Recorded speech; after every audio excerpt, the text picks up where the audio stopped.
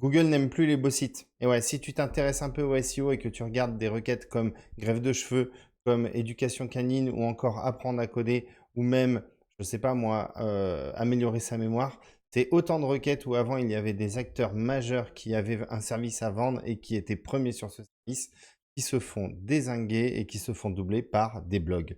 C'est fou, à l'heure où, avec l'IA, la génération de contenu n'a jamais été aussi forte, eh bien, on a quand même des articles de blog qui sont premiers sur les SERP. Je te montre.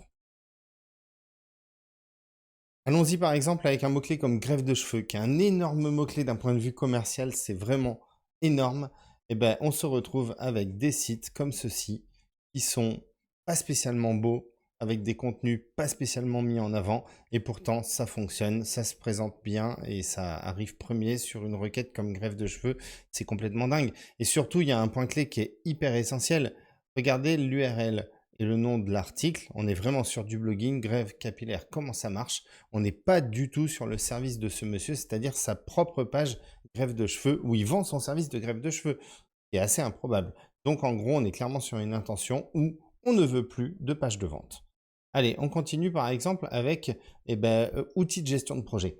Outils de gestion de projet, on pourrait s'attendre à avoir dans les top résultats directement les homepages d'outils très connus comme HubSpot ou d'autres outils de, je sais pas moi, Monday, Trello, peu importe.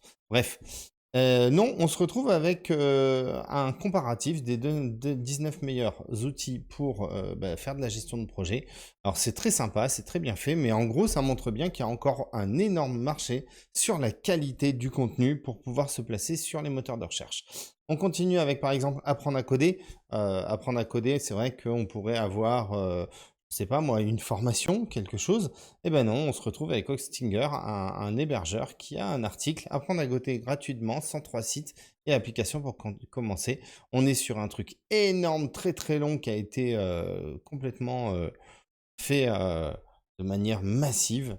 Et ben c'est lui qui est bien positionné. Si on continue encore sur notre métier, c'est-à-dire le SEO, apprendre, non, c'est quoi? C'est améliorer son référencement. Je sais pas, on pourrait s'attendre à avoir des choses plutôt aussi autour de la formation ou je sais pas. Eh ben non, on a un article de blog, pareil, dans la longueur, dans la longueur, dans la longueur, dans la longueur.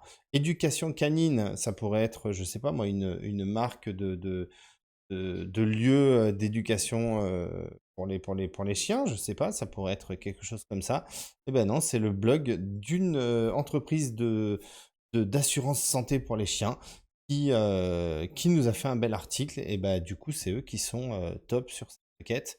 Alors, si on va sur un mix, comme par exemple améliorer sa mémoire, entretenir sa mémoire, on pourrait s'attendre maintenant avec toute la nouvelle génération de produits pour améliorer sa mémoire à base de champignons. Alors, ça peut être des thés, etc.